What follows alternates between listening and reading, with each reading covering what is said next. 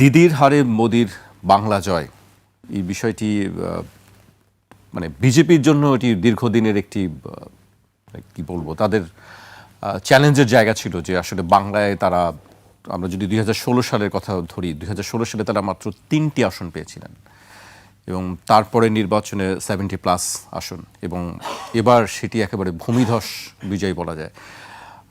আমি সাকিব আলীকে দিয়েই শুরু করতে চাই। এই জয় পরাজয়ের ফলে মানে কি প্রভাব পড়তে পারে, মানে গোটা ভারতের ক্ষেত্রে আমি যদি প্রথমেই বলি যে সেই ক্ষেত্রে আপনি কিভাবে দেখেন?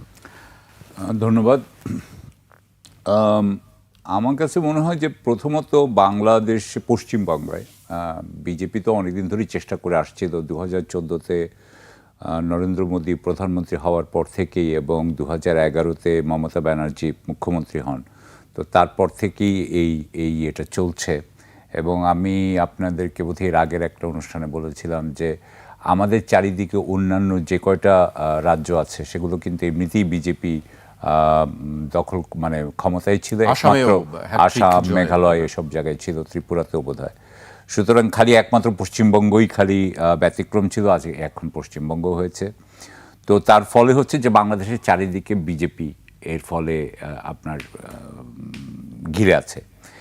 এমনিতে পশ্চিমবঙ্গের মধ্যে যেটা হতে পারে সেটা হচ্ছে যে যে বাংলা ভাষার যে ব্যবহার সেটা কমবে, মারোয়ারিদের আধিপত্য বাড়বে, তাদের সংস্কৃতিতে আমার মনে হয় যে দিল্লির আধিপত্য হবে, বাঙালিত্ব একটু কমবে। পশ্চিমবঙ্গে মুসলমানের উপরে আরও আপনার, যেহেতু হিন্দুত্ববাদ মানেই হচ্ছে হিন্দু সুপ্রিমেসি একটা আছে সাবটেক্সট, সুতরাং হিন্দু সুপ্রিমেসির কারণে অবশ্যই পশ্চিমবঙ্গে মুসলমানদের আপনার যে সুযোগ সুবিধা যেগুলো পাওয়ার ছিল সেগুলো কমবে। আপনি জানেন যে ইতিমধ্যেই স্যার এই যে স্পেশাল ইন্টেন্সিভ রিভিউ যেটা হয়েছে তার জন্য 27 লক্ষ ভোটারকে বাদ দেওয়া হয়েছিল। সেই 27 লক্ষ ভোটারদের মানে বাদ দেওয়ার কারণেই হয়তো বা এই ধরনের ফল হয়েছে। কিন্তু এইভাবে আরও পশ্চিমবঙ্গের মুসলমানদেরকে বাংলাদেশি বলে অথবা লজিক্যাল ডিসক্রিপেন্সি নানান ধরনের কথা বলে তাদেরকে আরও ভোট থেকে বাদ দেওয়া, ডিসএনফ্র্যাঞ্চাইজ করা। আমি একটু যোগ করি, এখানে আমরা গণমাধ্যমে দেখছি যে ভোটার তালিকায় বিশেষ সংশোধন যেটি বলা হচ্ছে সেখানে 1 কোটি ভোটারের নাম বাদ দেওয়া হয়েছে, এবং লজিক্যাল ডিসক্রিপেন্সির নাম যেটা বলা হচ্ছে যে সেখানে 25 লাখ ভোটারকে ভোট দিতে দেওয়া হয়নি, এবং 2.5 থেকে 3.5 লাখ কেন্দ্রীয় বাহিনী মোতায়েন করা হয়েছে, 650 পুলিশ কর্তা ও আমলার বদলি। গণনা কেন্দ্রের ভার প্রধানত কেন্দ্রীয় সরকারি ও রাষ্ট্রায়ত্ত সংস্থার কর্মীদের হাতে তুলে দেওয়া হয়েছে। এবং এর ফলে যেটা হবে, আরও যেটা হবে, তবে এটা ঠিক যে আমি যা বুঝি যে আদানি এবং আম্বানির একটা আসবে পশ্চিমবাংলার উপরে। পশ্চিমবঙ্গে হয়তো কিছু শিল্প কারখানা তারা স্থাপন করতে চাইবেন এবং করবেনও। এমনিতেই আপনি জানেন যে সেই সিপিএমের সময় থেকে আপনার সেই আপনার পশ্চিমবঙ্গে এমনিতে শিল্পায়ন কম হয়েছে, মানুষজনের কর্মসংস্থান কম হয়েছে। আমি মনে করি যে বিজেপি যদিও কর্মসংস্থানের উপর অনেক জোর দেয়, বলে যে তারা করতে পারবে, কিন্তু করতে পারবে বলে আমি মনে করি না। সুতরাং আমার মনে হয় না যে পশ্চিমবঙ্গের যে অবস্থা খুব একটা ভালো হবে না। তবে আরেকটা কথা বলা দরকার, একটা জিনিস বলা দরকার যে এই যে মমতা ব্যানার্জির যে টিএমসি কিন্তু এক ধরনের মাফিয়া রাজ চালাচ্ছিল বলে বলা হয়। ওনার সময় কিন্তু ওনার একজন মন্ত্রীকে জেলে নিয়ে যাওয়া হলো, আপনার মনে আছে হয়তো, কুণাল ঘোষ বলে একজন মন্ত্রী। অনেক টাকা পাওয়া গেল, অনেকগুলো আপনার কেলেঙ্কারি হয়েছে, আপনার টিচারদের রিক্রুটমেন্ট নিয়ে কেলেঙ্কারি হয়েছে, আরজি কর ওখানে একটা রেপ নিয়ে কেলেঙ্কারি হয়েছে। সুতরাং কেলেঙ্কারি কিন্তু অনেক হয়েছে, এবং এখানে 15 বছর ধরে ক্ষমতায় আছেন মমতা মুখোপাধ্যায়, সেটার যে আপনার দুর্নীতির যে একটা ছাপ পড়ে যায় আমাদের দেশে, সেটা ওনার উপরে পড়েছে, এবং সেই জন্যই হয়তো বা এই ফলাফল হচ্ছে। এবং এটার ফলে বিজেপি যে সরকার, পশ্চিমবঙ্গের সরকার হলে যে সেটা অপেক্ষাকৃত অন্তত একটা সৎ সরকার হবে বলে, সেটাও কিন্তু একটা এফেক্ট পশ্চিমবঙ্গে পড়বে। জি, আমি আপনার কাছে আবারও আসবো। আমি এই পর্যায়ে ব্যারিস্টার আসাদুজ্জামান ফুয়াদের কাছে আসতে চাই, কিন্তু তার আগে আমি একটি বক্তব্য উল্লেখ করতেই চাই, সেটি না করলেই নয় আপনার কাছে আসলে। গত মাসে কোচবিহারে প্রচারের সময় কেন্দ্রীয় স্বরাষ্ট্রমন্ত্রী অমিত শাহ বলেছিলেন, কমিশন ভোটার তালিকা থেকে অনুপ্রবেশকারীদের নাম সরালেও বিজেপি তাদের বাংলার মাটি থেকেই সরিয়ে দেবে। এটি সেই লাখ লাখ মানুষের মনে ভয়ের সৃষ্টি করছে যাদের আবেদন ট্রাইব্যুনালে অমীমাংসিত অবস্থায় পড়ে আছে। এর আগে আমরা কয়েকদিন আগেও দেখেছি যে শুভেন্দু অধিকারী তিনি বাংলাদেশের বিপক্ষে সবসময় কথা বলতে পছন্দ করেন, ভালোবাসেন তিনি বাংলাদেশকে কথা বলতে। আপনি আসলে কিভাবে দেখছেন, আমাদের ক্ষেত্রে কি পরিণতি অপেক্ষা করছে? ধন্যবাদ। প্রথম কথা হচ্ছে যে এই পশ্চিমবাংলা নির্বাচনটা আসলে একটা ক্ষুদ্র জায়গা, মানে বিজেপির আরএসএস এর যে রাষ্ট্র প্রকল্প, এই অখণ্ড ভারতের রাষ্ট্র প্রকল্পটাকে সামনে নিয়ে এই নির্বাচনটাকে দেখতে হবে আর কি, যে হিন্দি এবং হিন্দুত্ববাদ, এই যে অখণ্ড ভারত প্রকল্প আর কি। এবং আপনার মনে থাকবে যে যখন নতুন সংসদ ভবন করে মোদি কয়েক বছর আগে, সেখানে দঙ্গল নামে একটা ম্যাপ লাগায় অখণ্ড ভারতের। আমার মনে আছে যে 22 অথবা 23 সে সময়টাতে আমাদের সব রাষ্ট্র কিন্তু বিলীন হয়ে গেছে অখণ্ড ভারতে। আমাদের এই যে সার্কের কান্ট্রিগুলো সব ওখানে ভিতরে দেখানো হয়েছে, আফগানিস্তান থেকে শুরু করে একেবারে হিন্দুকুশ মাউন্টেন পর্যন্ত যা আছে, তিব্বত যা আছে সব কিছু। তো এখন পাকিস্তান সহ অনেকগুলো রাষ্ট্র কিন্তু তখন, শ্রীলঙ্কা সহ অনেকেই কিন্তু এটা প্রতিবাদ করেছিল। কিন্তু এখানে যেহেতু আমাদের মান্যবর পলাতক পদচ্যুত শেখ হাসিনা ছিলেন, তিনি তো এটার প্রতিবাদ করবার প্রয়োজন মনে করেন নাই। তো সেই জায়গা থেকে বোঝা দরকার যে সেই কংগ্রেস থেকে বেরিয়ে আসা, মানে বাল ঠাকরে, গোয়ালাকার থেকে শুরু করে যারা এই পুরো হিন্দুত্ববাদী রাষ্ট্র প্রকল্পের শুরুর দিকের মানুষ, তাদের লেখা লিটারেচার পড়লে দেখবেন they were highly influenced by Hitler.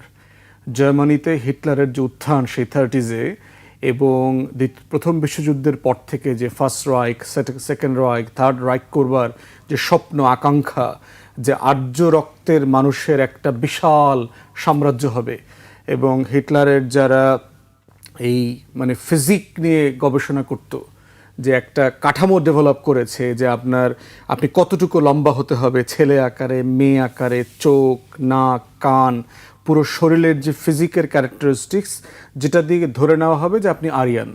এবং আরিয়ান রেস হচ্ছে রাইখকে রুল করবার একমাত্র যোগ্য এন্টাইটলমেন্ট। যেভাবে ধরেন মানে আওয়ামী লীগ, শেখ হাসিনা, শেখ পরিবার মনে করে যে এই সোনার বাংলা শাসন করবার একমাত্র খোদা প্রদত্ত ঈশ্বর থেকে পাওয়া একমাত্র অধিকার হচ্ছে তাদের, যেটা তারা দেখিয়েছে আর কি।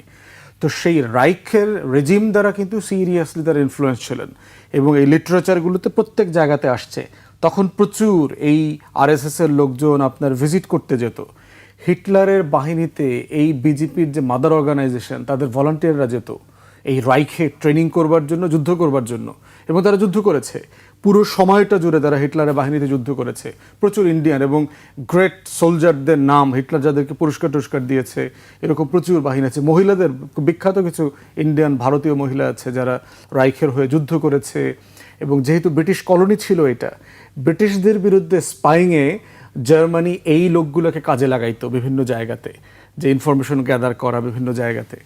তো সেই যে প্রকল্পটা, এই প্রকল্পটা কি? এই প্রকল্পটা হচ্ছে যে জেমস মিলের যদি লেখা পড়েন, the history of India, Scottish scholar ছিলেন, সে মেনলি আমাদের এই ভারতবর্ষের হিস্ট্রিকে মোটা দাগে 3টা ভাগ করেছে বলেছে আর কি। একটাতে বলেছে হচ্ছে গোল্ডেন এজ। গোল্ডেন এজ কোনটা? এই যে মৌর্যর, অশোকরা যেদিন যশের সময়টাতে শাসন করতো হাজার হাজার বছর আগে, এইটা ছিল গোল্ডেন এজ। দ্বিতীয়ত হচ্ছে বারবারিয়ান বলেছে আর কি, মুসলমানরা যেই সময়টাতে শাসন করেছে, আপনার ধরেন সেই 800 বছর, 10th 11th সেঞ্চুরির পর থেকে শুরু করে এই 800 বছরকে বলেছে মধ্যযুগ, বর্বর যুগ, বারবারিয়ান টাইম বলেছে। থার্ড হচ্ছে রেনেসা বলেছে। নিজেদেরকে বলতেছে আমরা রেনেসা করেছি। ব্রিটিশরা আসছে, ইউরোপিয়ানরা আসছে, তাদের বুদ্ধি শুদ্ধি, পরামর্শ, লেখাপড়া, জ্ঞান চর্চার মধ্য দিয়ে তারা এই পতিত, অবহেলিত হিন্দু জাতিকে আবার নতুন করে সভ্যতার আলো দেখিয়েছে। অতএব এইটা হচ্ছে তাদের আবার মুক্তির পথ। এবং এইখানে দেখবেন যে টোটাল জায়গাটাকে, এই মুসলমান রুলটাকে তারা দেখায় হচ্ছে বহিরাগত আকারে, দ্য ফরেনার্স, দ্য ইনভেডার্স, দ্য কলোনিয়ালিস্ট। মানে যারা লিখছে এবং যারা পড়ছে তাদেরকে দেখানো হচ্ছে মাঝখানের সময়টা হচ্ছে তার হচ্ছে সবচেয়ে বর্বর যুগ, ইয়েট রমিলা থাপারের লেখা যদি পড়েন, এখন জওহরলাল নেহরু ইউনিভার্সিটি টিচার, খুব ভেটারান প্রফেসর, সোয়াসের স্কলার ছিলেন, থাপার প্রমাণ করেছে ক্যাটাগরিকলি যে ভারতবর্ষের ইতিহাসের গোল্ডেন টাইম ছিল হইল মুসলমানদের সময়টা। লিটারেচার, জ্ঞান, বিজ্ঞান, সভ্যতা, আইন, কানুন, সব কিছু। আপনি দেখেন আজকে দিল্লি মুসলমানরা 500-র উপরে বছর শাসন করেছে। দিল্লির পপুলেশন, মোগলরা যখন আসছে, মুসলমান পপুলেশন দিল্লিতে কোনোদিন 28% ক্রস করে নাই। তাহলে যেই জনপদ 550 বছর শাসন করেছে, সেটা যদি তলোয়ার দিয়ে শাসন করা হতো, তাহলে সেখানে হিন্দু নামক কোনো জিনিস, আবর্জনা খুঁজে পাওয়া যেত না, যদি তার আসলেই করতো। কাউন্টার এক্সাম্পলটা দেখেন, স্প্যানিশরা টোটাল আইবেরিয়ান পেনিনসুলা থেকে বের হয়ে আপনার সাউথ আমেরিকা চলে গেছে। এই 550 বছর তারাও শাসন করেছে। কোনো রেড ইন্ডিয়ানরা আছে, মানে তাদের সিভিলাইজেশন বলতে কিছু আছে? সে যে মায়ান সিভিলাইজেশন ছিল, সবাইকে খ্রিস্টান বানায় ফেলছে পুরো সাউথ আমেরিকাকে। আপনি উল্টাটা দেখেন, যখন আইবেরিয়ান পেনিনসুলা মুসলমানদের থেকে তারা নিয়েছে, খ্রিস্টানরা নিয়েছে, কি করেছে?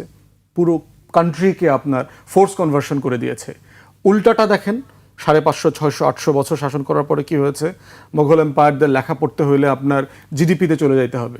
1700-এ মোঘল এম্পায়ারের গ্লোবাল জিডিপি ছিল হলো 27%, 28%। আজকেও আমেরিকা অথবা চায়নার গ্লোবাল জিডিপির পার্সেন্টেজ এত না। তাহলে যেই হাইটে ইন্ডিয়ান সিভিলাইজেশনের বেস্ট ইকোনমি ছিল, নলেজ ভান্ডার ছিল, সেই সময়টাকে ব্রিটিশ স্কটিশ স্কলাররা এই ভারতের অল্প বুদ্ধিওয়ালা বুদ্ধিজীবীদেরকে, শিক্ষিত লোকদেরকে বুঝাইছে যে এটা ছিল বারবারিয়ান টাইম। সলিউশন কি? আমরা আসছি তোমাদের সেভিয়ার হিসাবে, মুক্তিদূত আকারে, মুসলমানদেরকে সরায়া তোমাদেরকে এম্পাওয়ার করবার জন্য, ক্ষমতাসীন করবার জন্য। তোমাদের দায়িত্ব হচ্ছে তোমার ওই গোল্ডেন এজটাকে ফিরায় নিয়ে আসা, ওই যে তোমার মৌর্য শাসকটা ছিল সেটা ফিরায় নিয়ে আসা। এবং এই ফেক হিস্ট্রিতে উপর ভিত্তি করে যেটা হচ্ছে, অখণ্ড ভারতের আইডিয়াটা তারা ডেভেলপ করেছে। তখন কি রকম ছিল? এরকম অখণ্ড ভারত বলতে হিস্ট্রিতে কিছুই ছিল না। ভারত নামক রাষ্ট্রকে পয়দা করেছে ব্রিটিশ। এর আগে ভারত বলতে কোনো রাষ্ট্রের মানে নাম নিশানা কিছুই ছিল না। হিন্দ বলতে বোঝানো হইতো আপনার, হিন্দুস্তান বলতে যে সিন্ধ নদী, যেটা সিন্ধ নদীর তীরবর্তী। আল বেরুনির যদি ভারত তত্ত্ব পড়েন, ইন্ডিয়ার উপরে যে বই লিখেছে, সেইখানে তা সে পরিষ্কার করে বলে দিয়েছে ম্যাপ দেখিয়ে যে সিন্ধ নদীর অববাহিকায় যারা বাস করে, সেই জায়গাটার নাম হলো হিন্দুস্তান, এবং ওই আশেপাশের মানুষদেরকে বলা হয়তো হিন্দু, মানে সিন্ধ নদীর পাশে বাস করে বলে। হিন্দু ধর্ম আকারে প্রথম ক্লাসিক্যালি ডেভেলপ করেছে হচ্ছে ব্রিটিশরা। যখন আপনার তাকে এই দেশ গভর্ন করতে হয়েছে, কলোনির আমলে দেশ দখল করছে, এখন আপনাকে দেশ শাসন করতে হবে, তো আইন কানুন ডেভেলপ করতে হবে। ঠিক সেই জায়গাটাতে এসে মুসলমানদের মহামডার্ন ল ডেভেলপ করছে তারা এখানে। তারপরে হচ্ছে আর হিন্দুদেরকে তারা একটা ফ্রেমে নিয়ে আসছে। হিন্দু কোনো ধর্মের নাম না, কখনো ছিল না ক্লাসিক্যালি। তাহলে অখণ্ড ভারত বলতেও কিছু ছিল না। ম্যাপ দেখবেন আপনি, 1000 বছরের ম্যাপ বের করে দেখেন, স্ক্যাটার্ড একটা জায়গা। মোগলরাই মোটা দাগে আপনার এই আজকের যেটাকে আমরা ভারতবর্ষ বলি, এটাকে ইউনিফাই করেছে প্রায় পুরোটা, বাকিটা ব্রিটিশরা এসে করেছে। অতএব অখণ্ড ভারতের যে আইডিয়াটা একটা ফেক আইডিয়া, হিন্দু নামক সভ্যতা জাতিসত্তার আইডিয়াটা একটা ফেক আইডিয়া। কারণ হিন্দুদের হচ্ছে প্রচুর ধরন প্রকৃতি আছে। তাদের দেখবেন এক এক অঞ্চলে যাবেন, দেখবেন মন্দির আলাদা, দেবদেবী আলাদা। যেমন দুর্গা বাঙালি হিন্দুর প্রধান দেবী, যাকে তারা পূজা করে। উত্তর ভারতে যান, রাম, যেটাকে নিয়ে সেই বিষয়গুলি তো আমাদের কাছে মনে হচ্ছে যে ভারতে ছড়িয়ে যাচ্ছে, সব প্রসারিত না, হচ্ছে। ছড়িয়ে যাচ্ছে না, কিছুই ছড়াচ্ছে না। যেটা হচ্ছে সেটা হলো একটা ফেক ইলেকশন হয়েছে। তাহলে বুঝতে হবে যে অখণ্ড ভারতের আইডিয়াটা কিসের ভিত্তিতে ডেভেলপ করলো? হিটলারের রাইখ দ্বারা ইনফ্লুয়েন্সড। ব্রিটিশ কলোনিয়ালিস্টরা এটা ইন্টেলেকচুয়ালি ডেভেলপ করেছে ডিউরিং দ্য কলোনিয়াল টাইমে। এখানে মুসলমানদেরকে আদার করা হয়েছে, যেহেতু তারা মোগল এম্পায়ার ছিল, তাদের গোল্ডেন সিভিলাইজেশন ছিল সেখানে। সেই জায়গা থেকে ডেভেলপ করা একটা ফ্যাসিস্ট আইডিয়া, অ্যাবসলিউটলি একটা ফ্যাসিস্ট আইডিয়া। এখন এই ফ্যাসিস্ট আইডিয়াটা না বুঝলে আপনি শুধু নির্বাচনের এই সংখ্যা, বিজেপি কত পাইলো আর কংগ্রেস কততে হারলো, এই অঙ্ক দিয়ে মিলানো যাবে না। একটি প্রশ্ন আছে যে ম্যানিপুলেশনের একটি এক্স্যাক্টলি। তো এই হিন্দুত্ববাদের জায়গা থেকে দেখতে হবে যে ভারত রাষ্ট্র যে পলিটিক্সটা করতেছে গত প্রায় 100 বছর, আপনার আগামী কয়েক বছরের ভিতরে, সম্ভবত এই বছর অথবা আগামী বছর আরএসএস এর 100 বছর হওয়ার কথা, এবং তাদের টার্গেট ছিল এই বছরের ভিতরে অখণ্ড ভারতের ম্যাপ তারা করবে, পূর্ণাঙ্গ করবে।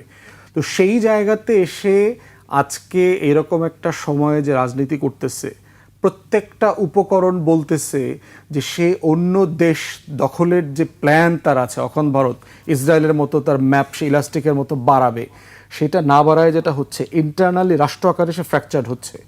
ইন্ডিয়া গত 47-এর পর থেকে যদি ধরেন মোস্ট ভালনারেবল স্টেট রিয়েলিটিতে এখন বাস করছে। এবং নির্বাচন তো শুধু এখানে হচ্ছে না, বিজেপির প্ল্যানে দেখলাম সবচেয়ে দুর্গ, মানে যেখানে সে দখল করতে পারছে না, সে বলছে যে যেই 3টা দুর্গ আমাকে দখল করতে হবে, একটা হচ্ছে বাংলা, দ্বিতীয় হচ্ছে তামিলনাড়ু, থার্ড হচ্ছে আপনার কেরালা। কেরালাতে কংগ্রেস দেখলাম আগায় আছে, তামিলনাড়ুতে আপনার ওই যে নায়ক যিনি জিতে গেছেন। দক্ষিণ ভারতের যিনি নায়ক নতুন দল করেছেন উনি, আর কংগ্রেসের এখানে তৃণমূল এখানে হেরে যাচ্ছে। থালাপতি। প্রশ্ন হচ্ছে যে কি নির্বাচন হয়েছে? প্রথম কথা হচ্ছে ভারতের আপনার পশ্চিম বাংলাতে প্রায় 90-এর মতো আসন আছে যেখানে মুসলমানরা ডিসাইসিভ ফ্যাক্টর হইতে পারে। এই যে আপনি এসআইআর এর কথা রেফার করলেন, সাকিব ভাই বলেছেন স্পেশাল ইন্টেন্সিভ রিভিশন, এসআইআর এর মধ্য দিয়ে আপনি 1 কোটির উপরে ভোটারকে সাডেনলি নাই করে দিলেন, অলমোস্ট 80% 90% মুসলমান। তাহলে আপনি এই 90টা আসনের ডেমোগ্রাফি, ইলেকটোরাল ডেমোগ্রাফি পরিবর্তন করে দিলেন, আমাদের নির্বাচন কমিশন যেটা করছিল 2008-এ আওয়ামী লীগকে ক্ষমতায় আনার জন্য। তো সেই কাজটা করে আপনি কিভাবে ফেয়ার ইলেকশন করলেন? দ্বিতীয়ত দেখেন, টোটাল ইলেকশন ল এনফোর্সমেন্টের দায়িত্ব লোকাল স্টেটের ল এনফোর্সমেন্ট থেকে আপনি সেন্ট্রাল গভর্নমেন্ট থেকে লোক পাঠাইলেন 3 লাখ হ্যাঁ নিয়ে আসছে। তৃতীয়ত হচ্ছে যে টোটাল প্রিজাইডিং পোলিং আপনি লোকাল ব্যুরোক্রেটদের উপর রিলাই করলেন না, বাইরে থেকে লোক আনছেন। ইতিমধ্যে আমরা জানি যারা পশ্চিম বাংলায় যাওয়া আসা করে তারা সবাই বলছে পশ্চিম বাংলার ব্যবসা বাণিজ্য কিন্তু ইতিমধ্যে বাঙালিদের বাইরে চলে গেছে। মারোয়ারিরা, মুম্বাই থেকে আসা, গুজরাটিরা, উত্তর ভারত থেকে আসা লোকজন এই টোটাল বিজনেস ইন্ডাস্ট্রি সব কিছু নিয়ন্ত্রণ করছে। কালচার ভেঙে পড়েছে।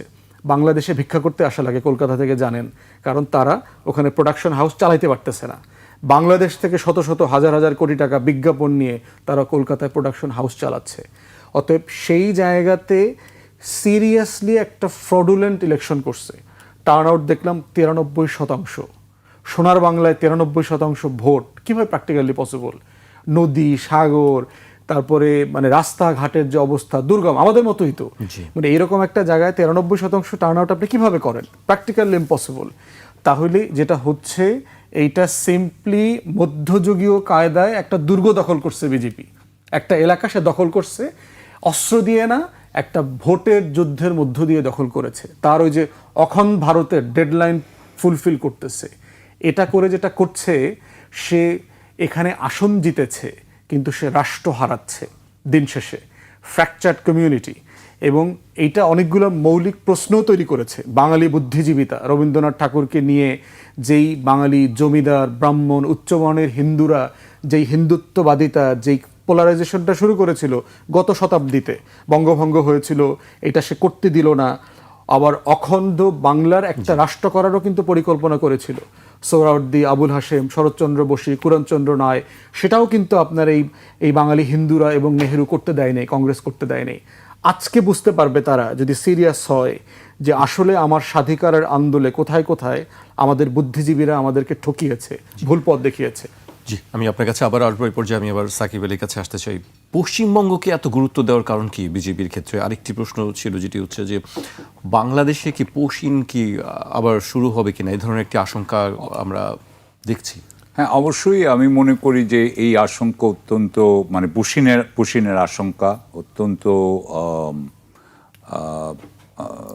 মেটেরিয়াল, এটা অত্যন্ত যৌক্তিক। কারণ এর আগেও যখন হাসিনার পতন হলো, পালিয়ে গেলেন, তখন শুভেন্দু অধিকারী যিনি মুখ্যমন্ত্রী হতে যাচ্ছেন তিনি কি বক্তব্য দিয়েছেন আপনার মনে আছে? তিনি বাংলাদেশ বিরোধী বক্তব্য, আপনি একটু আগে বলছিলেন যে তিনি বাংলাদেশ বিরোধী বক্তব্য পছন্দ করেন, এই ধরনের কথা বলতেন। সুতরাং সেই হিসাবে আপনার একটা যে বিরাট একটা পরিবর্তন হবে সে বিষয়ে কোনো সন্দেহ নেই। আমি সেটার আগে ওই ব্যাপারে একটু বলবো, কিন্তু তা বলার আগে আপনি যে প্রশ্নটা করলেন যে পশ্চিমবঙ্গ এত গুরুত্বপূর্ণ কেন, পশ্চিমবঙ্গ এত গুরুত্বপূর্ণ কেন, সেটার একটা বিষয় হচ্ছে যে আমরা এই অনুষ্ঠান শুরু করার আগে আপনার ওখানে কথা বলছিলাম, তখন আমরা শ্যামাপ্রসাদ মুখোপাধ্যায়ের ব্যাপারে কথা বলছিলাম। তো শ্যামাপ্রসাদ মুখোপাধ্যায় হচ্ছে হিন্দু মহাসভার আমাদের ইতিহাস নিয়ে যখন কথা বলছিল ডক্টর ফুয়াদ, সেখানে ব্যারিস্টার ফুয়াদ, সেখানে হচ্ছে যে হিন্দু মহাসভার প্রতিষ্ঠাতা ছিলেন হচ্ছে গিয়ে শ্যামাপ্রসাদ মুখোপাধ্যায়।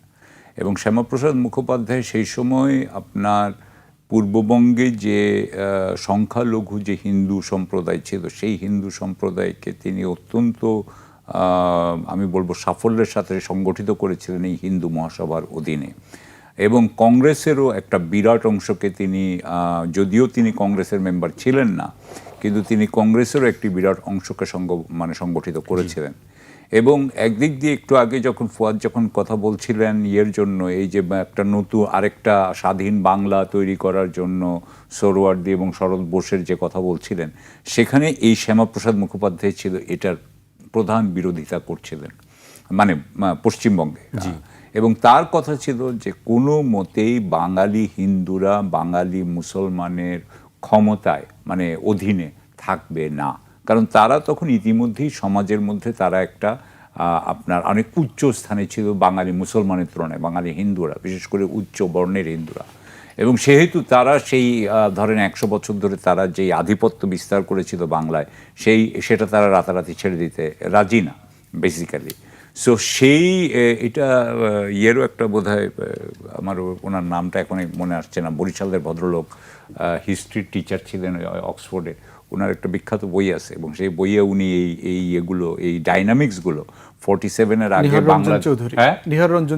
যে বাংলাদেশে আসলে যে আত্মঘাতী বাঙালি বাংলাদেশের হিন্দুরা যারা তখন ধরেন ভালো অবস্থায় আছে গ্রামে, তারা তখন কি বলছে যে মিয়ারা এসে আমাদেরকে এখন বলবে, এখানে এসে বসবে, চেয়ারে বসবে, এটা আমরা সহ্য করতে পারছি না। মানে এই ধরনের একটা কুসংস্কার বলেন বা এক ধরনের সামাজিক একটা সীমাবদ্ধতার মধ্যে তারা আটকে ছিলেন।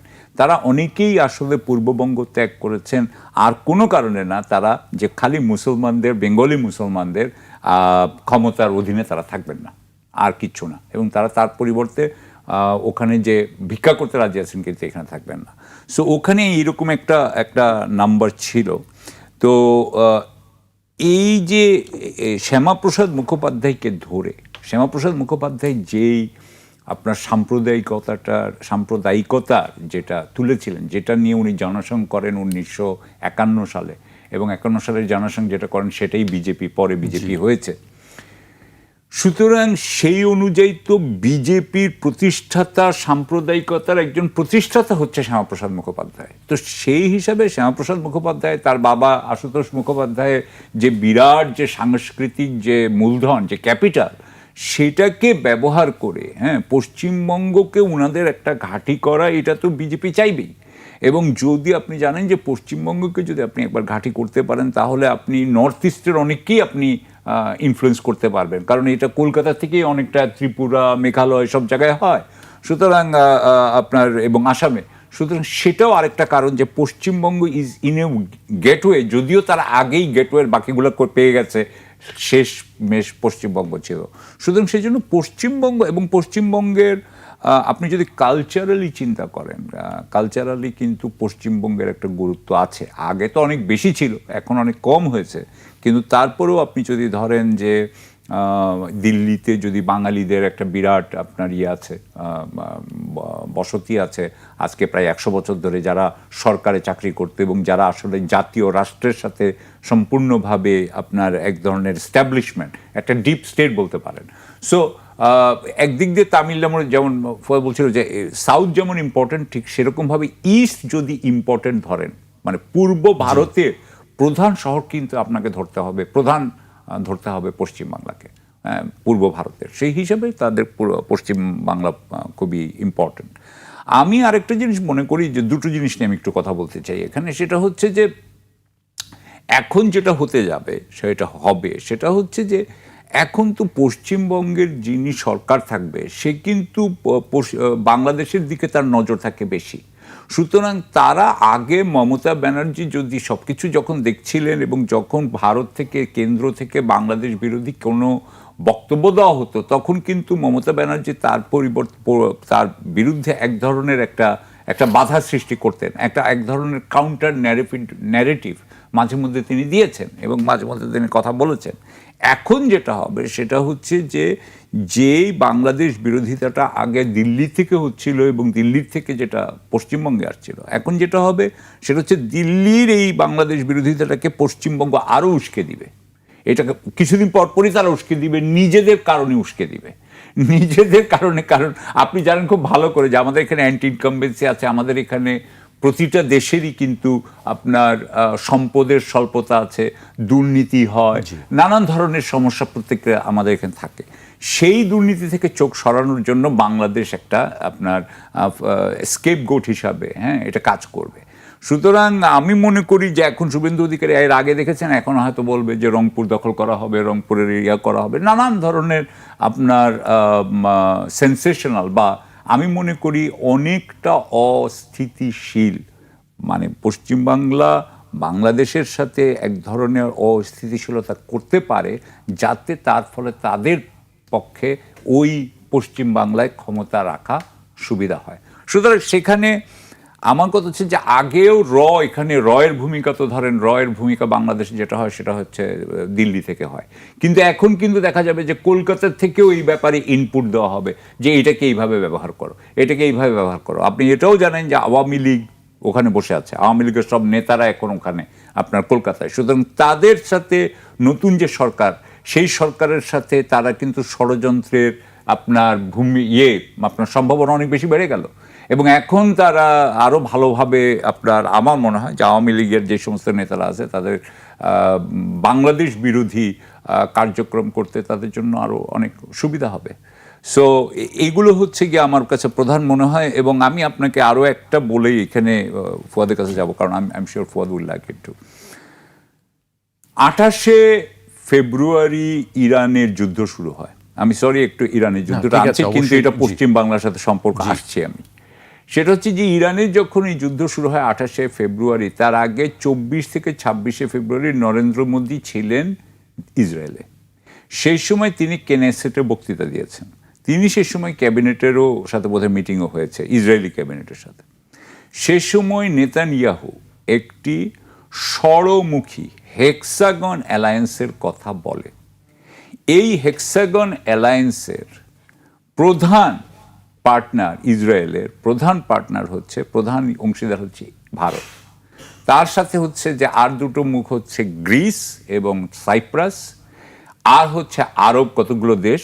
আরব দেশের মধ্যে আছে ইউএই, বাহরাইন, মরক্কো।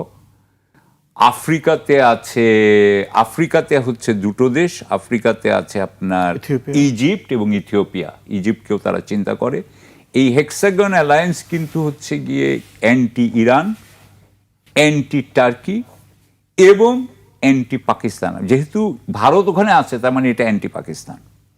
সুতরাং হেক্সাগন অ্যালায়েন্স, আপনি জানেন যে শেখ হাসিনা যখন বাংলাদেশে প্রধানমন্ত্রী হিসেবে ছিল, তখন কিন্তু সে পেগাসাস টেকনোলজি এনেছিল আপনার ইসরায়েলের থেকে। অর্থাৎ আমরা কিন্তু একই ধরনের একটা সিকিউরিটি স্ট্রাকচারের মধ্যে যাচ্ছিলাম। ঠিক সেরকমভাবে ওই ইসরায়েলের কিন্তু একটা ভূমিকা যেটা আছে, সেই ইসরায়েলের ভূমিকাকে এখন নতুন পশ্চিমবঙ্গ সরকার ইসরায়েলের ভূমিকাকে আরও ব্যবহার করবে কিনা, রয়ের ভূমিকা আরও বেশি ব্যবহার হবে কিনা, সো বাংলাদেশের উপরে কিন্তু এগুলোর একটা প্রভাব পড়বে। বাংলাদেশের যে সরকার, বিএনপি সরকার, এ সমস্ত ব্যাপারে কতটুকু ওয়াকিবহাল, এবং তারা এই কিছুদিন আগে তো পররাষ্ট্রমন্ত্রী গেলেন দিল্লিতে, কিন্তু এসব বিষয়ে কোনো আলোচনা হয়েছে বলে আমরা জানতে পারি নাই। সুতরাং আমার মনে হয় কিছুদিন আগে আপনার চিফ হুইপ বলেছেন যে তিনি বাংলাদেশে পররাষ্ট্রমন্ত্রী কি বলেছেন তিনি জানতে চান। আমরাও জানতে চাই যে উনি এইসব ব্যাপারে কথা বলেছেন। বাংলাদেশের রাজনৈতিক প্রেক্ষাপটের কোনো পরিবর্তন বা নতুন করে কোনো মেরুকরণের বিষয় কি দেখছেন কি আপনি? মানে নতুন করে হয়তো অনুষঙ্গ যোগ হইতে পারে, কিন্তু বিজেপি তো অলরেডি ইন পাওয়ার। দিল্লিতে এস্টাবলিশমেন্টে তো দিল্লি ইতিমধ্যে আছে, এবং আমাদের যে রাষ্ট্রীয় সংকট এবং দ্বিপাক্ষিক যে অনেকগুলো অমীমাংস বিষয় আছে, এই বিষয়গুলোতে তো স্ট্যাটাসকো যেটা আছে সেটা তো চলতেছে আর কি। নতুন করে কোনো সমাধান হওয়ার কোনো জায়গা দেখতে পাচ্ছি না। বরং যেটা অ্যাডেড এলিমেন্ট, যেটা সাকিব ভাই কারেক্টলি পয়েন্ট আউট করেছে, অস্থিরতা বাড়বে।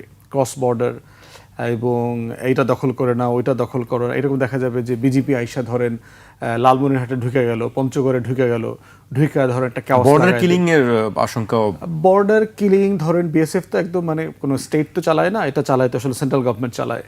তো সেক্ষেত্রে যেটা হবে যে মানে বিজেপির নিজস্ব আর্মড উইং আছে আপনার, আরএসএস, ভিএইচপি থেকে শুরু করে তার বজরং, তার যে ক্রিমিনাল গ্যাং আছে ইসরায়েলি, যে আপনার প্রি স্টেট যে ক্রিমিনাল গ্যাং ছিল, এরকম তার প্রচুর বিজেপির গ্যাং আছে, ট্রেন্ড গ্যাং। এই গ্যাংগুলোকে মানে আপনার অ্যাক্টিভেট করবার সম্ভাবনা থাকতে পারে। প্রচুর রায়টের সম্ভাবনা দেখতে পাচ্ছি আপনার প্রি-47 বিভিন্ন মুসলিম এলাকাগুলোতে যে রায়টগুলো হয়েছে। কারণ আমি ধারণা করছি যে বাঙালি মুসলমানের যে একটা মানে অবদমনের যে জায়গা, একটা সময় সাপ্রেসড হতে হতে কি হবে, যখন আপনার ভাষার অধিকার নাই, ধর্মের অধিকার নাই, সাংস্কৃতিক মূল্যবোধ বেঁচে থাকার যে জায়গাগুলো আপনি একের পর এক, আপনি একটা ভিডিও দেখেছেন কিনা যে রাস্তা করে দিতে বলছে, তো শুভেন্দু অধিকার বলতেছে আগে হিন্দু হও তারপর রাস্তা করে দেব। তো এই যে জায়গাগুলো, এইটা কিন্তু একটা সময় আপনার ভায়োলেন্ট রিয়াকশনের দিকে চলে যেতে পারে, এবং এমনও হতে পারে যে এই ভায়োলেন্ট রিয়াকশনগুলো জঙ্গি আকারে ইন্ডিয়ান এস্টাবলিশমেন্ট, পশ্চিমবাংলার এস্টাবলিশমেন্ট করবে। করার পরে ধরেন নামধারী মুসলমান টাকা দিয়ে দুইটা ঘটনা ঘটায়া ওইটাকে কেন্দ্র করে মুসলিম কমিউনিটির উপরে ক্র্যাকডাউন এবং পুশিং, যে নাগরিকত্ব বাতিল করা, ডিটেইন করা। আপনি জানেন যে নাগরিকত্ব ইস্যু নিয়ে গত কয়েক বছর থেকে হাজার হাজার মুসলমানরা আপনার ডিটেনশন সেন্টারে আছে, আলাদা আলাদা এলাকা করে দিয়েছে, সেপারেটেড এলাকা, মানে যেখানে হাজার হাজার মুসলমানরা মামলা টামলা ছাড়া, কোনো ছাড়া, অভিযোগ ছাড়া ওখানে মানে জেলের ভিতরে বন্দী আছে। বলা হচ্ছে 25 লাখ মানুষের আবেদন ট্রাইব্যুনালে পেন্ডিং আছে। তো এটা তো নতুন, আগের ধরেন নাগরিকত্ব মামলা তো রয়েই গেছে, এখন তো নতুন করে আবার রিভিশন করে এই ভোটাধিকার থেকে তাদেরকে বঞ্চিত করলো ইমিডিয়েটলি। এরপর এটা আবার নাগরিকত্বের সাথে তারা ট্যাগ করবে তাদেরকে এখন। এবং এই যে ভোট যে 93 থেকে 95% পড়েছে, এর একটা বড় কিন্তু বিজেপি হুমকি দিয়েছে, যারা যারা ভোট দিতে আসবে না এবং তাদের মার্কায় ভোট দিবে না তাদের নাগরিকত্ব বাতিল করে দেওয়া হবে। ওই ভয়ে অনেকে ভোট দিতে আসছে, আর কারচুপি হয়েছে প্রচুর, বাট প্র্যাকটিক্যালি পসিবল না এত শতাংশ ভোট টার্ন আউট করা আর কি। তো সেই জায়গাতে আপনার আমরা বোধ করছি যে এইটা, এবং এটা বোধহয় সম্ভব না, 93% ভোট দেওয়াও সম্ভব না বোধহয় 9টার মধ্যে, সন্ধ্যা 7টার মধ্যে এটা সম্ভব না। কাউন্টিং আপনি যদি মিনিট ভোট দিতে 3 মিনিট লাগে না, যে 2-3 মিনিট লাগে একটা ভোট দিতে, এটা করলেও হবে না। এটা ম্যাথমেটিক্যালি পসিবল, আপনি না। 4টা-5টার ভিতরে একদিনে এটা করে ফেলবেন, এটা প্র্যাকটিক্যালি পসিবল না আর কি। তো সেই জায়গাতে আপনার যেটা হয়েছে সেটা হচ্ছে ইনক্রিজিংলি ভারত যে বিষয়গুলো নিয়ে রাষ্ট্র আকারে নিজেদেরকে প্রাউড মনে করত, তার নির্বাচনী ব্যবস্থা সবসময় 47-এর পর থেকে তার একটা টানা নির্বাচন ছিল, যেটা ধরেন পাকিস্তানে, বাংলাদেশে আমরা পাইনি বিভিন্ন কারণে। তো এইটা নিয়ে তার একটা প্রাইডের জায়গা ছিল। তারপর তার সুপ্রিম কোর্ট, তো এই প্রত্যেকটা প্রতিষ্ঠান কিন্তু ভারত ভেঙে দিয়েছে মোদী সরকার আসার পরে সাকসেসফুলি। তো মোদী যেটা করতেছে, ভারত রাষ্ট্রকে ফ্র্যাকচার করে দিয়ে গেছে নেতানিয়াহুর মতো। নেতানিয়াহু যেভাবে ইসরায়েলকে ফ্র্যাকচার করে দিয়ে গেছে, এবং অখন ভারত তো দূরের কথা, ভারত নামক রাষ্ট্র থাকবে কিনা আগামী 50 বছরে সেটাকেই সে একটা অনিশ্চয়তার দিকে ঠেলে দিচ্ছে। অতএব সেই জায়গাতে আমরা বোধ করছি যে বাঙালি হিসাবে ওই পারের বাঙালি যারা আছেন, আপনারা যদি ন্যায্য অধিকারের জন্য লড়েন, স্বাধিকার, আপনাদের জন্য আমাদের পক্ষ থেকে শুভকামনা থাকবে, এবং আমাদের পক্ষ থেকে যা যা সহযোগিতা দরকার বাংলাদেশিদের রাষ্ট্র আকারে তাদের সেটা করতে সহযোগিতা করা উচিত, কারণ আমাদের হিস্টোরিক্যাল সম্পর্ক আছে। আমাদের জায়গা থেকে যেটা দরকার সেটা হচ্ছে আমাদের ল এনফোর্সমেন্ট সিরিয়াসলি রিভিউ করা দরকার। আমাদের যারা গোয়েন্দা সংস্থাগুলো আছে, ডিজিএফআই, এনএসআই থেকে শুরু করে প্রয়োজনে serious cross border counter intelligence তৈরি করা দরকার, যে এই বিজেপির ক্ষমতা আরোহণটা সীমান্তে, আসামে আমাদের জন্য কি কি ন্যাশনাল থ্রেট তৈরি করতেছে। ধরেন ফেন্সিডিলের ব্যবসা বাড়বে, ইয়াবার ক্রস বর্ডার বাড়বে, যদি বার্মা থেকে বেশি আসে এখান থেকেও আসবে, অস্ত্র, আওয়ামী লীগের এলিমেন্টটা আছে, আওয়ামী লীগ এখানে কোনো রকমের ওই কাদেরিয়া বাহিনী টাইপের সশস্ত্র গ্রুপ করে এখানে পুশিং করবে কিনা মারামারি করবার জন্য, যুদ্ধ করবার জন্য। তারপরে হচ্ছে ওখানকার বাঙালিদেরকে থাকার শর্ত দিতে পারে, আওয়ামী লীগের হয়ে এখানে যুদ্ধ করতে হবে, মারামারি করতে হবে, এরকম প্রচুর ক্যাওয়াস ক্রিয়েট করবার সুযোগ আছে তার। এই জায়গাগুলোতে আপনার আমাদের সভরেন্টি রক্ষা করবার জন্য আমাদের আলাদা স্পেশালিস্ট ইউনিট দরকার, এবং আমাদের ফরেন মিনিস্ট্রিতেও আলাদা ডেস্ক দরকার শুধুমাত্র এগুলোকে পার্টিকুলারলি অ্যাড্রেস করবার জন্য।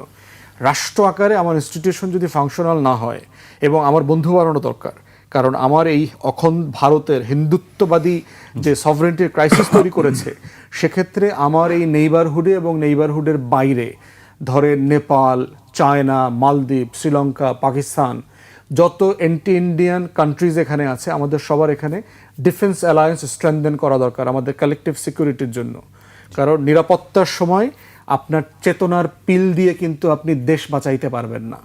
ওই চেতনার পিলের বাইরে আইসা খুব সিরিয়াস স্ট্র্যাটেজিক আমাদের ডিফেন্সিভ মেজার আমাদেরকে তৈরি করতে হবে। এবং অ্যাট এ টাইম আমরা এটা বারবার বলেছি যে আমাদের গণবাহিনী তৈরি করা দরকার। গণবাহিনী মানে জাসদেরটা বলতেছি না, বলতেছি যে আমাদের পৃথিবীর বহু দেশে আছে স্টেট সার্ভিস আছে, আপনি ন্যাশনাল সার্ভিস করবেন, 2 বছরের ট্রেনিং নিতে হবে প্রত্যেক নাগরিককে, আপনার 18 বছর থেকে শুরু করে 25, 30, 35 বছরের, যাদেরকে আপনি হরেক রকমের কাজে লাগাইতে পারবেন। যুদ্ধ একটা, কিন্তু এর আগে আপনার যত যে ফ্লাড ডিজাস্টার হয়, জলাবদ্ধতা হয়, আপনার বিভিন্ন ন্যাশনাল ক্রাইসিসে আপনার ভলান্টিয়ার লাগে, আপনি এই মানুষগুলোকে যে কোনো সময় ক্রাইসিসে কাজে লাগাতে পারবেন। অতএব টোটাল আমার সিকিউরিটি অ্যাপারেটাসকে ঢেলে সাজানো জরুরি। এবং দেখবেন গত কদিন আগে জঙ্গি নাটক যেখান থেকে শুরু হলো, আমাদের সম্মানিত সেনাপ্রধান জেনারেল ওয়াকার সাহেব এনডিসিতে একটা বক্তব্য দিয়েছেন বিমান বাহিনী নিয়ে, যে বিমান বাহিনীর মাল্টি রোল কমব্যাট এয়ারপ্লেন এরকম কিছু একটা সমতা আছে, সাকিব ভাই ভালো বুঝবেন, যেটা আমাদের নাই। এবং উনি এটা বলেছেন যে আমাদের এটা না থাকার কারণে কক্সবাজার থেকে শুরু করে আমাদের বর্ডার, আমাদের আকাশ সীমা রক্ষা করাটা খুব চ্যালেঞ্জিং হয়ে যাচ্ছে এবং আমাদের এটা করতে হবে, এরকম একটা জায়গায় উনি বলেছেন এবং খুবই কারেক্টলি বলেছেন জেনারেল ওয়াকার সাহেব যেটা বলেছেন। এরপরেই দেখেন বিমান বাহিনীতে তেহরিকি তালেবান পাকিস্তান টিটিপির এলিমেন্ট নাকি পাওয়া গেছে, অথচ বিমান বাহিনী গত বছর দেখলাম আপনার আমার দেশ রিপোর্ট পড়লাম 6 জনের রয়ের টিম এক্সপোজ করছে, তাদের কোর্ট মার্শাল হয়েছে, চাকরিচ্যুত করা হয়েছে। অতএব আমার ফোর্সগুলোকে ঢেলে সাজানো, জেনারেল ওয়াকার যেটা বলেছেন, এই প্রপোজিশনের সাথে আমাদের দেশবাসী আমরা একাত্ম আছি এবং আমাদের স্বাধীনতা সভরেন্টি কিভাবে কম্প্রোমাইজড হতে পারে, কারণ এটা কিন্তু সিরিয়াস কনসিকুয়েন্স আছে।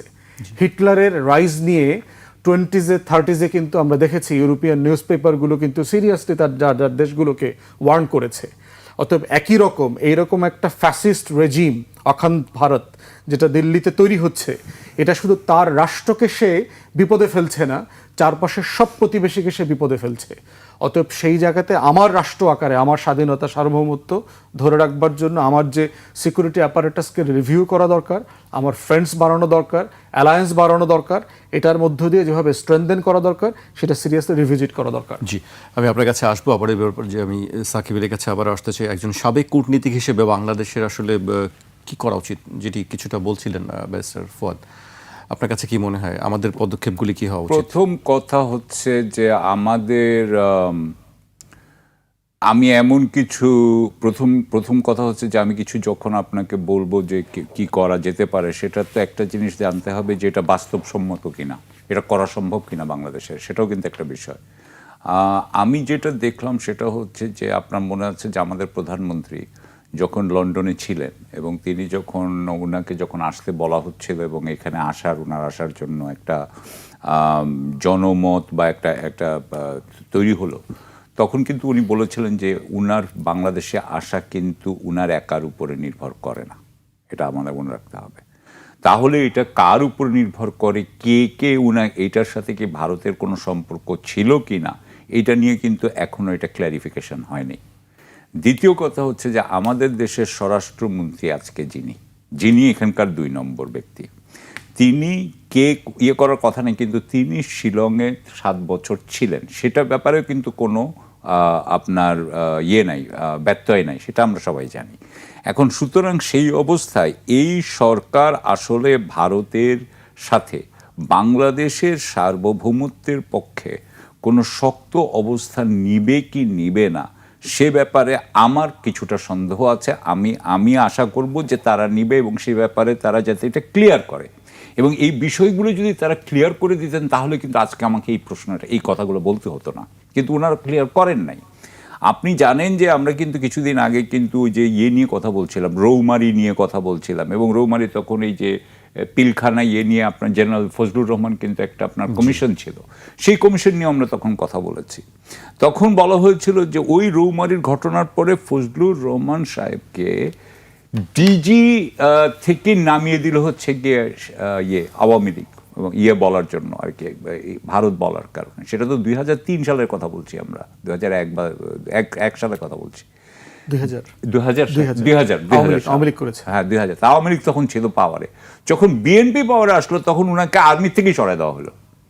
এবং এই যে এখানে নাকি ডিজি যখন করা হয়, ডিজি বিডিআর, সেটা নাকি ভারতের এক ধরনের, মানে ভারতে এটার মধ্যে এক ধরনের ইনপুট দিতে চায় যে কোনো যাতে খুব ভারতের সব ব্যাপারে বা বাংলাদেশের সার্বভৌমত্বের ব্যাপারে খুব দৃঢ় কোনো ব্যক্তিকে তারা বিডিআর ওখানে বিজেপি চায় না। সুতরাং আমি যেটুকু মনে করি যে ইতিমধ্যেই কিন্তু আপনি জানেন, আমি কয়েকদিন আগে একটা হচ্ছে 18ই ফেব্রুয়ারি বোধ হয়, ওটা ছিল আপনার রৌমারি দিবস। তো রৌমারি দিবসে কিছু আপনার রিটায়ার্ড অফিসাররা গিয়েছে ওখানে যাওয়ার পর তারা ছবি টবি তুলেছে। আমি একজনের থেকে শুনলাম, আমারও যাওয়ার কথা ছিল, তা আমার একটা অনিবার্য কারণে যেতে পারি নাই। কিন্তু ওখানে আমি তখন শুনলাম যে যারা যারা গিয়েছে তাদের নামে নাকি রিপোর্টিং হবে। অর্থাৎ বাংলাদেশে এখনও আপনি রৌমারির ব্যাপারে যে আর্মি অফিসারগুলো যাচ্ছে তাদের বিরুদ্ধে রিপোর্টিং হচ্ছে। তো একটু আগে জেনারেল ওয়াকার সম্পর্কে ব্যারিস্টার ফুয়াদ বেশ ভালোই কথা বললেন, কিন্তু আমার কথা হচ্ছে যে যদি আর্মি অফিসাররা যদি রৌমারিতে যাওয়ার, মানে রৌমারির ব্যাপার করার জন্য যদি তাদের নামে রিপোর্টিং হয়, তাহলে এটা জেনারেল ওয়াকার কোন পক্ষে আসলে কাজ করতেছেন? হ্যাঁ, সো আমি যেটা বলতে চাচ্ছি, এতগুলো কথা বলার কারণ হচ্ছে যে বাংলাদেশের যে ভিতরের যে অবস্থা, সেই অবস্থাটা খুব একটা আমার কাছে খুব শক্ত মনে হয় নাই, দৃঢ় মনে হয় নাই। আপনি হয়তো একটু পরে হয়তো যুক্তরাষ্ট্রের ওই সাথে যে আমাদের যে বাণিজ্য চুক্তি, সেখানেও আমি জাস্ট এটা আসবো, বাট আমি ওখানে একটা কথা বলেছি যে ওইখানে আপনি দেখেছেন যে ওই শর্তগুলো অত্যন্ত আপনার মানে সার্বভৌমত্ব বিরোধী, মানে সার্বভৌমত্বকে জলাঞ্জলি দিয়ে ওই সমস্ত শর্ততে আপনার এগ্রি করা হয়েছে। সেখানে বলা হয়েছে যে যারা নন মার্কেটিং, মানে অর্থাৎ চীনের নাম উল্লেখ না করে বলা হচ্ছে যে চীনের সাথে সম্পর্ক রাখা যাবে না। আপনি যখন আমাকে কূটনীতিক হিসেবে বললেন যে ভারতের ব্যাপারে আপনি কি বলবেন আমাকে, তা আমি তো আপনাকে প্রথমেই বলবো যে চীনের সাথে আপনি আপনার করবেন, আপনার সম্পর্ক নিবিড় করবেন। আমরা যদি ব্যালেন্স অফ পাওয়ার যে কনসেপ্টটা ব্রিটেন 200 আরও বেশি 400-500 বছর ধরে ইউরোপে যেটা করেছে, হ্যাঁ, ফ্রান্স এবং অস্ট্রিয়া এবং বর্তমান সরকার সেই চেষ্টা করছে চীনের সঙ্গে সম্পর্ক আরো জোরদার করার জন্য। চীনের সাথে সম্পর্ক জোরদার যদি করতে হতো তো তাহলে তো আমি তো প্রধানমন্ত্রীর সাথে শি জিনপিং এর সেরকম আমি আমাদের কথাবার্তা দেখি নাই। আমি বরং এখানে যেটা দেখলাম যে আমাদের পররাষ্ট্রমন্ত্রী ভারতে গেলেন, কিন্তু আমাদের পররাষ্ট্রমন্ত্রী কি চীনে গিয়েছেন? মঙ্গলবার যাচ্ছেন তিনি। আচ্ছা, সুতরাং সেটা হচ্ছে গিয়ে বড় কথা। চীনের সাথে সম্পর্ক হচ্ছে একটা বড় ব্যাপার। দ্বিতীয় কথা হচ্ছে যে আমরা পাকিস্তানের সাথে আমাদের প্রতিরক্ষা সম্পর্ক, আপনাকে একটু আগে আমি বললাম যে প্রতিরক্ষার দিক দিয়ে যদি চিন্তা করেন তাহলে ইসরায়েল এবং ইন্ডিয়া একদিকে, সুতরাং আমরা কখনোই ইন্ডিয়ার সাথে যেতে পারি না সেই হিসাবে। সুতরাং আমাদেরকে থাকতে এবং আমাদের সার্বভৌমত্ব যদি সত্যিকারের সার্বভৌমত্ব ধরে রাখতে হয় তাহলে আমাদেরকে যেতে হবে পাকিস্তান, টার্কি এই অ্যাক্সিসের সাথে আমাদের একটা সহযোগিতাটা বাড়ানো যায় কি না সেটা দেখতে হবে। সুতরাং এই দুটো ব্যাপারে আমি বলবো, এবং আমি আরও বলবো যে এই যে নতুন যে পশ্চিমবাংলা যেটা হতে যাচ্ছে তার ফলে কিন্তু আরও একটা জিনিস হবে, সেটা হচ্ছে যে বাংলাদেশের সাথে পশ্চিমবঙ্গের এখানে বা ভারতের সাথে যে ব্যবসা বাণিজ্য হয় রাস্তা, বিশেষ করে স্থল বন্দর দিয়ে, এখানে কিন্তু মাঝে মধ্যেই কিন্তু কৃত্রিম সংকট তৈরি হতো আগে, এইটা কমে এসেছিল, এখন আবারও এই কৃত্রিম সংকট হতে পারে। হ্যাঁ, কারণ আপনাকে আবারও বলছি যে এখানে অস্থিতিশীল করার যে চেষ্টা, যে রাজনীতিক যেই আপনার কৌশল এবং আপনার আমরা যে অ্যান্টি মুসলিম যে আপনার সেন্টিমেন্টস, সেসবের কারণে হতে পারে। সেই জন্যও কিন্তু বাংলাদেশের, আমি সবসময় বলতে চাচ্ছি যে বাংলাদেশ যাতে ভারতের উপরে তার নির্ভরশীলতাটা কমানোর চেষ্টা করে। এইবারও কিন্তু আমরা কিন্তু আমাদের যে যখন জ্বালানি নিরাপত্তা নিয়ে কথা হয়েছে, তারা কিন্তু ভারতের কাছে বাংলাদেশের সরকার গিয়েছে, এবং আমি শুনলাম যে ভারত নাকি ডিজেল নিয়ে আমাদেরকে হেল্প করবে। কিন্তু আমার কথা হচ্ছে যে এগেইন আমরা কিন্তু ইরানের সাথে কোনো নেগোসিয়েশনে যাইনি যে যাতে আমাদের জাহাজগুলো, আমি জানি না কতটুকু গিয়েছি, সেসব নিয়ে কোনো রিপোর্ট হয় নাই। সো আমার কথা হচ্ছে যে আমাদের বাণিজ্যিকভাবেও আমাদের এই নির্ভরশীলতা কমানো উচিত। আমি শেষ পর্যায়ে চলে আসছি। বাণিজ্য চুক্তির কথা বারবারই উঠছে এবং এটা নিয়ে বেশ আলোচনা চলছে, অনেকে পর্যালোচনা করছেন। একটি লেখা পড়ছিলাম, সেখানে কোনো আইনে বা চুক্তিতে ইংরেজি শ্যাল কথা থাকার অর্থ হচ্ছে এসব বিষয় পালন করা বাধ্যতামূলক।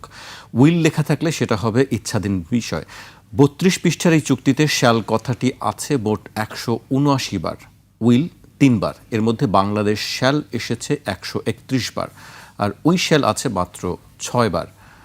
ব্যারিস্টার আসাদুজ্জামান ফুয়াদ, এই চুক্তি নিয়ে আজকে হাইকোর্টে একটি রিটও হয়েছে, চুক্তির বৈধতা চ্যালেঞ্জ করে রিট করা হয়েছে। আপনার বক্তব্য জানতে চাই এই বিষয়ে। আসলে প্রথম কথা হচ্ছে যে তৃতীয় বিশ্বের দেশ হওয়ার অনেকগুলো অভিশাপ আছে আর কি। তার ভিতরে একটা হচ্ছে যে আপনার ভূ রাজনীতির বাস্তবতা, যেভাবে ইসরায়েল ইন্ডিয়া দ্বারা আমাদেরকে প্রচুর ঝামেলার শিকার হতে হচ্ছে, প্রতিনিয়ত অ্যাবিউজিভ রিলেশনশিপের মতো আর কি। আমেরিকা এবং ইউরোপও তাই। আমেরিকা পার্টিকুলারলি বেশি ট্রাম্প অ্যাডমিনিস্ট্রেশন আসার কারণে যেটা হচ্ছে, এবং তার এই ট্যারিফ ওয়ার যেটা সে চাপিয়ে দিয়েছে, এটা দিয়ে আপাতত সে বোধ করছে যে তার প্রচুর রেভিনিউ আসতেছে। লাস্ট ব্রিফিংয়ে দেখলাম শত শত বিলিয়ন ডলার এখানে আসতেছে, এটা হচ্ছে সেটা হচ্ছে। কিন্তু তার যে এটা কিন্তু এখন ফেরত দিতে হবে। সুপ্রিম কোর্ট বলে দিয়েছে, সুপ্রিম কোর্ট বলে দিয়েছে ফেরত তো দিবে না, অ্যাডজাস্ট করবে আর করতে হবে আর কি।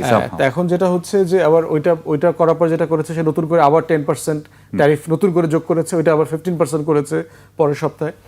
এখন প্রশ্ন হচ্ছে যে এই যে ট্যারিফ ওয়ারটা আমেরিকা শুরু করছে, এইটা লং রানে সাস্টেইনেবল না। আমেরিকার ইকোনমি তো অলরেডি একটা ডেড বেজ ইকোনমি, তার জিডিপির থেকে তার ঋণ অলমোস্ট ডাবল। তো সেই জায়গাতে আপনার বাংলাদেশের নেগোশিয়েটিং রিয়েলিটি আসলে কোথায় ছিল এবং সেটা কোন প্রেক্ষাপটে চুক্তিটা করেছে সেটা গুরুত্বপূর্ণ। সেটা হচ্ছে আমাদের উপরে রেসিপ্রোকাল ট্যারিফ যেটা চাপিয়ে দেবার আলোচনা চলছিল, এবং আপনার মনে আছে ইন্ডিয়ার উপরে কিন্তু প্রায় 25% চাপিয়ে দিল, পরে আবার আরো 25% বাড়ায় প্রায় 50% করে দিয়েছে। তো সেই ট্যারিফ ওয়ারের জায়গাতে আমরা তখন নেগোশিয়েট করে এটাকে 19%-এ আনলাম। তো এর পাশাপাশি যেটা হচ্ছে, এই চুক্তিটা কন্টিনিউ চলতেছিল এবং সরকারের তরফ থেকে জানানো হয়েছে, বিএনপি জামাতকে নাকি ইনফর্ম করা হয়েছে এটা সম্পর্কে। জামাত যদিও অফিসিয়ালি খুব সিরিয়াসলি না, হালকা করে বলেছে না আমি তো তেমন কিছু জানতাম না, আমাদেরকে জানানো হয়নি আর কি। তো বিএনপি কিছু বলে না এখন পর্যন্ত। এবং আবার দেখলাম যে বোয়িংয়ের ব্যাপারে কিন্তু দেখবেন এই চুক্তিতে যেটা আছে, বোয়িং কেনার কিন্তু এগ্রিমেন্ট করে ফেলছে। এর মানে হচ্ছে যেই চুক্তিটা নিয়ে এত সমালোচনা হচ্ছে, সেই চুক্তিটা কোনো ফর্মে পার্লামেন্টে অথবা পার্লামেন্টের কমিটিতে রিভিউ না করেই আপনি বাস্তবায়নের ভিতর অলরেডি ঢুকে গেছেন। আমি শুরু থেকে গত 1-1.5 মাস আগে থেকে বলছি যে এইটা একটা ক্রস পার্টি আপনার পার্লামেন্টারি গ্রুপ করে দেওয়া দরকার, গ্রুপ করে কমিটি করে এটাকে রিভিউ করার জন্য জরুরি হইতে রিভিউ করা দরকার।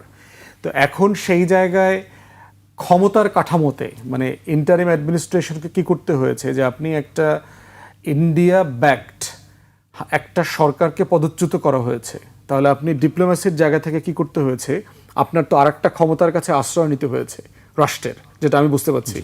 সো পশ্চিমাদের কাছ থেকে এই বিকল্প আশ্রয়ের জায়গাটাতে আমেরিকা এরকম একটা চুক্তি চাপিয়ে দিয়েছে বলে আমি মনে করছি। তো সেই জায়গাতে আবার প্রভিশন আছে, কিন্তু 60 দিনের নোটিশ দিয়ে চুক্তি যে কোনো পক্ষ বাতিল করতে পারবে। তাহলে আমার মনে হয় যেহেতু একটা ওয়েস্টার্ন ওয়ার্ল্ডের সাথে আমরা ডিল করছি, আমাদের যে কোনো সময় নোটিশ দিয়ে এগ্রিমেন্ট ওপেন করার সুযোগ আছে। কোথায় কোথায় আগে আমাদের ভিতরে আলোচনাটা হওয়া দরকার যে কোন কোন সেকশন আমরা ওপেন করব। কিছু কিছু সেকশন তো আবার অলরেডি বাস্তবায়নে চলে গেছে, কোন কোন সেকশন ওপেন করব এবং কি ফর্মে ওপেন করব, এবং সেক্ষেত্রে আগে যারা এই চুক্তি নেগোশিয়েট করেছেন যেই টিম, তাদের সাথে বর্তমান সরকারের বাণিজ্য মন্ত্রণালয়ের সিরিয়াসলি বসা দরকার, কারণ তারাই তো আগের মিটিংগুলো করেছেন। কি কি জায়গাতে এখানে আপনার এজ আছে, মানে কোন জায়গাগুলোতে আপনি বিপদে পড়তে পারেন, এটাও মাথায় রাখতে হবে। ট্রাম্পের মতো একটা পাগল কিন্তু হোয়াইট হাউসে বসে আছে। এখন অনেক দেশ কিন্তু যেটা করছে, ইউরোপ এবং মানে দক্ষিণ আমেরিকার দেশগুলো দেখলাম, তারা কেউ এই চাপিয়ে দেওয়া ট্যারিফ নিয়ে এখন রিনেগোশিয়েট করছে না, তারা ওয়েট করছে। ট্রাম্পের টেনিওর শেষ হয়ে যাবে 2 বছর, ডেমোক্রেটদের সাথে তারা যোগাযোগ করতেছে, কারণ ইনএভিটেবলি কংগ্রেসে আপনার মিড টার্মের ইলেকশনে ডেমোক্রেটরা কংগ্রেসের দখল নিয়ে নিবে, তার 2 বছর পরের নির্বাচনে ট্রাম্প তো আর তার নাই, তার টেনিওর শেষ হয়ে যাবে। তখন তারা এই চুক্তিটা আবার রিনেগোশিয়েট করবে সব জায়গাতে। এখন আমাদেরকেও কৌশলগতভাবে দেখতে হবে যে আমাদের উপরে অন্যায়টা চাপিয়ে দেওয়া হয়েছে, কিন্তু ট্রাম্প অ্যাডমিনিস্ট্রেশনের সাথে এই চুক্তিটা এখন ওপেন করাটা আমাদের জন্য সেন্সিবল হবে কিনা। পাগল তো ধরেন আবার বলো যে না ঠিক আছে এটা ওপেন করার চিঠি দিছে, ওর উপর আরও 20% দিয়ে দেয়, ওর কোনো জিনিসই নিব না, ওর মানে ওর গুডস প্রোডাক্ট সব কিছু বাদ দিয়ে দিব। ট্রাম্পের মতো একটা পাগল ডিল করতে হচ্ছে। তো সেখানে আমার মনে হয় যে একটা কম্প্রিহেন্সিভ কনভারসেশন আমাদের নিজস্ব টিমের মধ্যে দরকার, যে অযৌক্তিক জায়গাটা, কৌশলগত জায়গাটা, সময়, টাইমিং, প্রত্যেকটা ফ্রেম নিয়ে সিরিয়াস কনভারসেশন দরকার। জি, আমাকে শেষ করতে হচ্ছে। আপনাদেরকে অনেক ধন্যবাদ আমাদেরকে সময় দেওয়ার জন্য।